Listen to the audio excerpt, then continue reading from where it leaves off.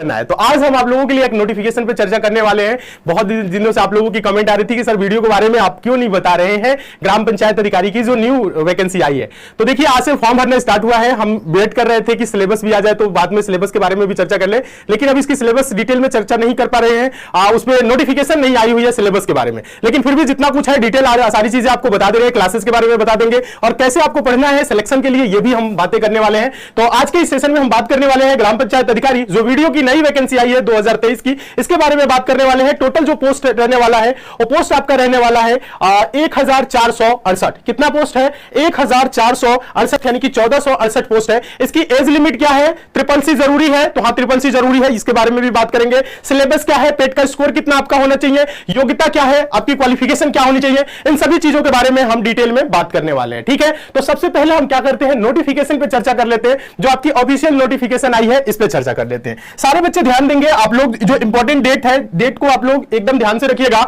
जो फॉर्म भरने की डेट है ध्यान दीजिएगा। ऑनलाइन आवेदन होगा इसका, किसका?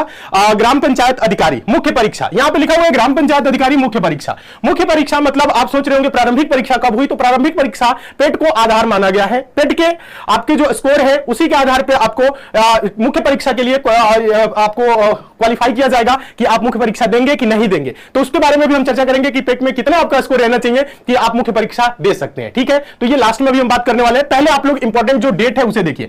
आवेदन करने का जो डेट है और जो शुल्क जमा करने प्रारंभ होने की जो तिथि है 23/5/2023, मतलब आज से क्या है फॉर्म भरना स्टार्ट हो गया है। तो सारे बच्चे फॉर्म भरेंगे जिनका पेट में स्कोर अच्छा है, बेहतर है। अभी स्कोर के बारे में भी हम चर्चा कर लेंगे। उसके बाद से जो जितने भी बच्चे का स्कोर ठीक है तो सारे बच्चे फॉर्म भरेंगे। इसकी हम लोग तैयारी भी कराएंगे बहुत ही अच्छे तरीके से। ठीक है, उसके बाद से ऑनलाइन आवेदन शुल्क जमा आवेदन सबमिट करने की अंतिम जो तिथि है वो है 12/6/2023। तो देखा जाए तो समय बहुत ही कम बचा है। अगर इधर देखा जाए 7, 12, 7, 19, 18-19 दिन का समय है। तो आप लोग इसे जल्द से जल्द फॉर्म भर दीजिएगा। लास्ट डेट का वेट आपको नहीं करना है, क्योंकि लास्ट डेट पे क्या होता है, सर्वर का भी इशू होता है, बहुत से बच्चों का फॉर्म भी छूट जाता है। तो डेट आपको याद रखना है, फॉर्म भरना से स्टार्ट है, 2-4 दिन के अंदर आप फॉर्म जरूर भर दीजिए। लास्ट डेट 12/6 है। उसके बाद से शुल्क समायोजन करके उसके बाद से लिखा है संशोधन तिथि, कुछ गलतियां उल्टियां होती है फॉर्म में, तो 19/6/2023 का डेट दिया गया है। तो गलतियां नहीं करना है, ध्यान से आपको भरना है। ठीक है, चलिए तो ये रही जानकारी इसके बारे में। और टोटल पोस्ट यहां पे दिया हुआ है, कुल रिक्त पद जो है 1468 है, यानी 1468 ये पोस्ट है। अब हम बात कर लेते हैं आगे।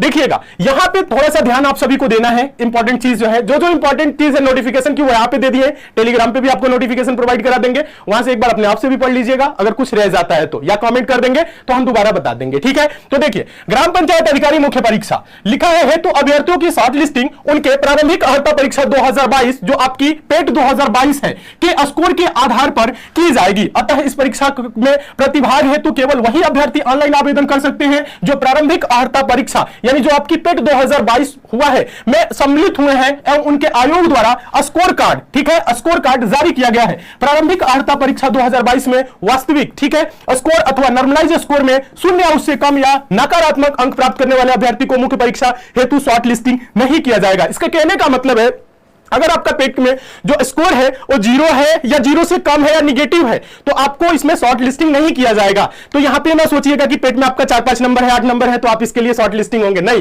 पेट में भी अच्छा स्कोर चाहिए, क्योंकि इसमें बोला गया है जो आपकी ये वैकेंसी है ना, वैकेंसी जो 1468 के करीब है, इसमें क्या करना है, इसके 15 गुना ही स्टूडेंट को बुलाएगा। ठीक है, तो अभी हम लोग बात करेंगे कि 15 गुना में कौन कौन से बच्चे आ सकते हैं, कितने स्कोर वाले आ सकते हैं। जिनके नंबर ठीक ठाक है वही आएंगे या जिनके थोड़े बहुत कम है वो भी आ सकते हैं। तो अभी हम इस पर बात करेंगे। ठीक है, चलिए तो इंपॉर्टेंट चीज है वो है पेट। ठीक है, पेट का अगर आपने 2022 एग्जाम दिया है तो आप इस फॉर्म को भरेंगे अगर अच्छा नंबर है तो। चलिए बात कर लेते हैं टोटल पोस्ट की, किस किस कैटेगरी में कितने पोस्ट रिक्त हैं। तो देखेंगे यहां पे अनारक्षित जनरल की जो पोस्ट है वो 849 है। उसके बाद से एससी की जो पोस्ट है 356 है। एसटी की जो पोस्ट है और 7 ही है। और अन्य पिछड़ा वर्ग यानी कि ओबीसी की पोस्ट है 139। उसके बाद ईडब्ल्यूएस की 117 है। और टोटल अगर हम बात करें तो 1468 है। कितना है? 1468 ये है। ठीक है, चलिए अब यहां पे आप लोगों के सामने टोटल पोस्ट दिख गया किस कैटेगरी में कितना है। ठीक है, हाँ, अब यहां पे कुछ लोग ओबीसी में जो बच्चे हैं वो भी परेशान है कि 27% नहीं है सर, ऐसे है। तो कोई बात नहीं, ये यूपी गवर्नमेंट के द्वारा जारी किया गया है,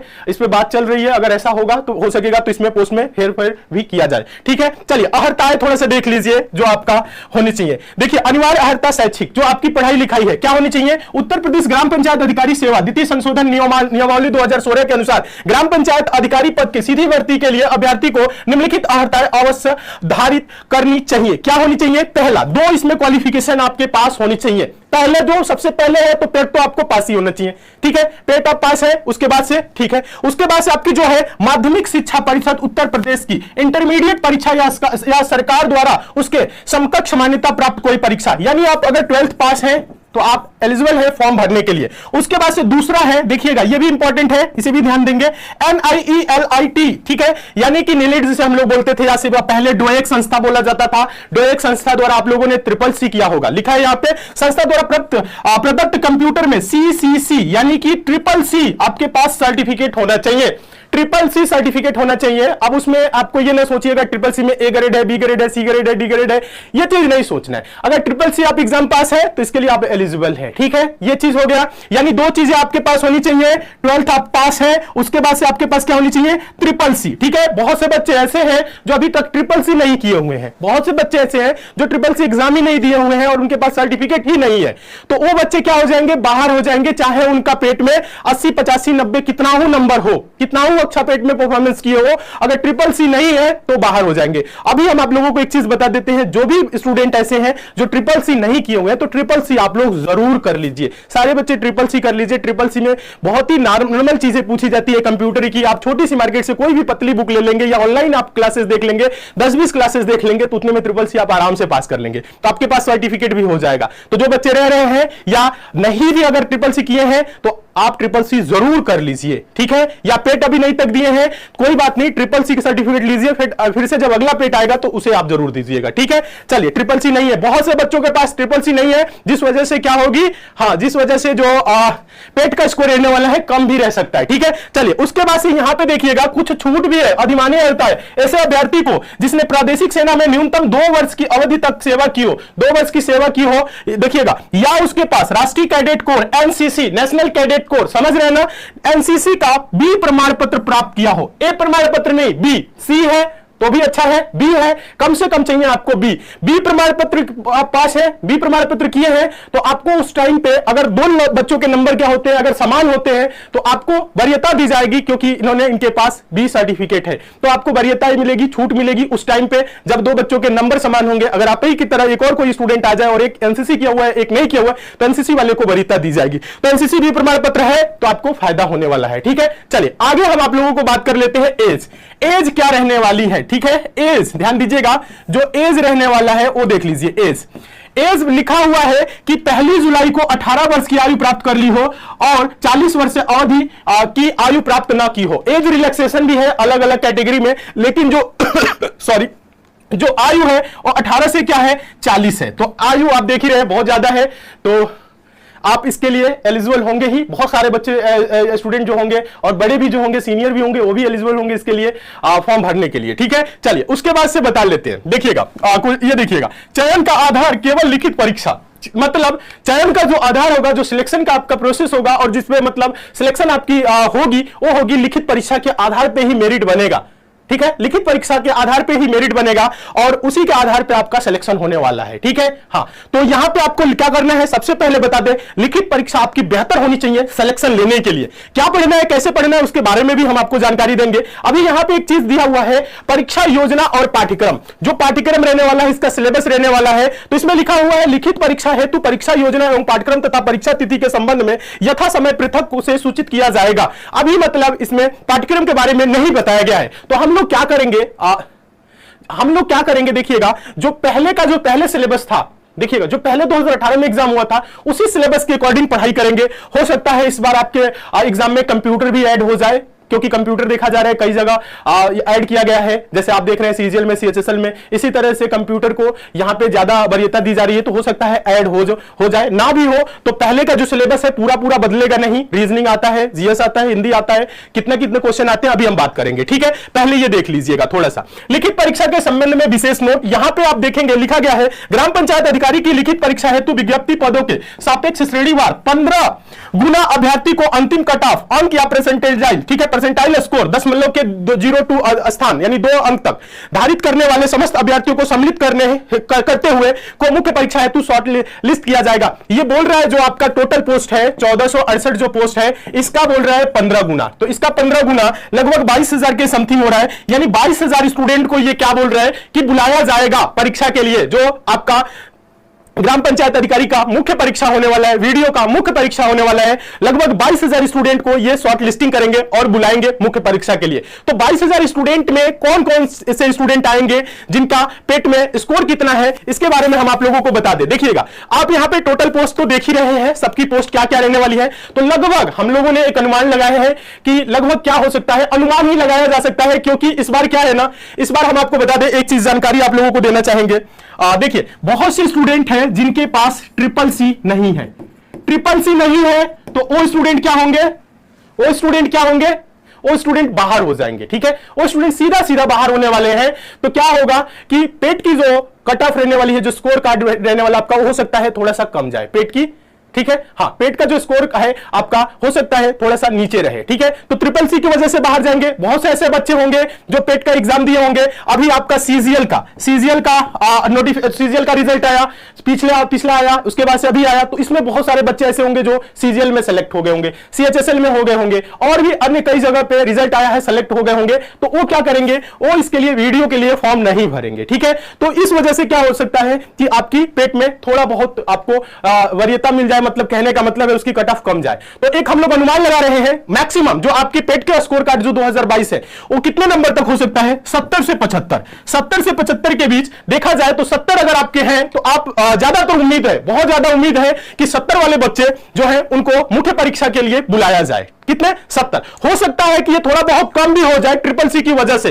ट्रिपल-C बहुत से ऐसे बच्चे हैं जिनके पास है ही नहीं। ठीक है, तो 70 से 75 के बीच में अगर आपका है, 75 से ज्यादा है तो अच्छी बात है, 70 से ज्यादा है तो अच्छी बात है। फॉर्म आप लोग जरूर भरिएगा। फॉर्म भरने की जो फी भी है वो बहुत ही कम रखी गई है, 25 रुपए ही फी है। तो आप लोग फॉर्म जरूर भरेंगे, थोड़ा बहुत कम भी आ रहा है, कोशिश करेंगे आपका अगर 2-3 नंबर और भी कम आ रहा है, 65 से ऊपर भी जा रहे हैं ना, तो आप लोग फॉर्म भरिएगा और तैयारी करिएगा। तैयारी आपकी बर्बाद नहीं जाएगी। ठीक है, पढ़ाई आपकी वेस्ट नहीं होने वाली है। आपको जीएस पढ़ना है, जीएस तो आप पढ़ते ही, अदर एग्जाम के लिए भी पढ़ते हैं तो इसके लिए भी पढ़ सकते हैं, और साथ ही आप अदर एग्जाम के लिए भी पढ़ सकते हैं। आपको हिंदी पढ़ना है, हिंदी पढ़ेंगे तो आगे आने एग्जाम में भी काम आ जाएगा। रीजनिंग पढ़ ही रहे हैं तो रीजनिंग भी आपको पढ़ना है, तो आपका बेकार नहीं जाने वाला है। बहुत से बच्चे हैं ऐसे जिनके नंबर अच्छे खासे हैं, तो उन्हें तो टेंशन लेने की जरूरत ही नहीं है। तो कोशिश करिएगा अगर आपके 66 है, 67 भी है तो भी आपको परेशान नहीं होना है, 68 है या 70-75 से ज्यादा है तो भी आप क्या कर सकते हैं, फॉर्म भरने का प्रयास जरूर करिएगा, क्योंकि इस बार अनुमान ही लगाया जा रहा है। अभी जब तक ऑफिशियल उसकी आ न जाए कि कितने पेट वालों को होगा, तो तब तक अभी आप लोग तैयारी में लगे रहिए, मेहनत करिए और अपने सिलेक्शन को सुनिश्चित करिए। क्या करिए,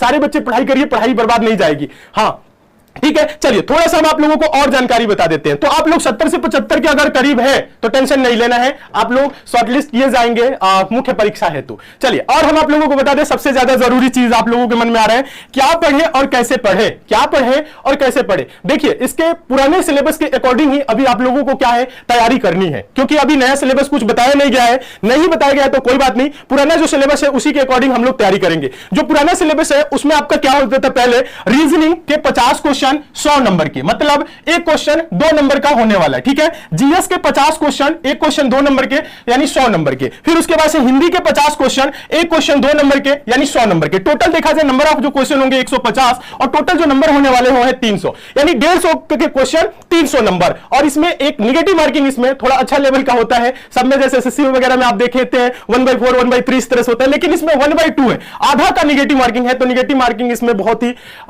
ज्यादा है, देखा जाए तो बहुत ही संभल के इसके पेपर दिया जाता है, बहुत ही अच्छे तरीके से दिया जाता है। और हम आपको बता दें बस यही चीज आपको पढ़ना है, रीजनिंग पढ़ना है। रीजनिंग में तो आप महारत हासिल किए हुए हैं, अगर आप अच्छे से पढ़ते हैं तो रीजनिंग में आप बहुत अच्छे तरीके से कर लेंगे। जीएस भी आप अच्छा कर लेंगे, क्योंकि इसके जो जीएस है ना बहुत ज्यादा टफ नहीं आता है, सिंपल लेवल का जीएस आता है। आप पीछे पेपर भी देखे होंगे। हिंदी की बात करें तो हिंदी में आप बेहतर कर सकते हैं, बड़े आराम से कर सकते हैं, और टीचर हम लोगों के हिंदी पढ़ा भी रहे। अब हम आप लोगों को थोड़ी सी बता देते हैं क्लासेस के बारे में, और एक चीज और हम आप लोगों को बता देते हैं। इसके लिए आप लोग सोच रहे होंगे कि एसएससी मेकर ऐप पे बैच चलेगा कि नहीं, तो हम आपको बता दें जो ही इसका सिलेबस आएगा तो ऐप पे हम लोग इसके लिए, ठीक है, ऐप पे वीडियो के लिए एक स्पेशल हम लोग क्लास भी चलाएंगे, पूरा टारगेट करके चलाएंगे और 100% सिलेक्शन के लिए आप लोगों के लिए चलाया जाएगा। तो आप लोग सभी बच्चे ऐप को डाउनलोड कर लीजिएगा। अगर ऐप को डाउनलोड नहीं किया है तो ऐप पे आप लोगों के लिए क्लासेस चलेंगी। और हम आप लोगों को बता देते हैं, देखिए अभी आप लोगों को हम बता दें रीजनिंग की क्लास, रीजनिंग की क्लास के लिए आप क्या करिएगा, रीजनिंग की क्लास के लिए डेली आपकी क्लास होती है 8 PM पे। कितने बजे?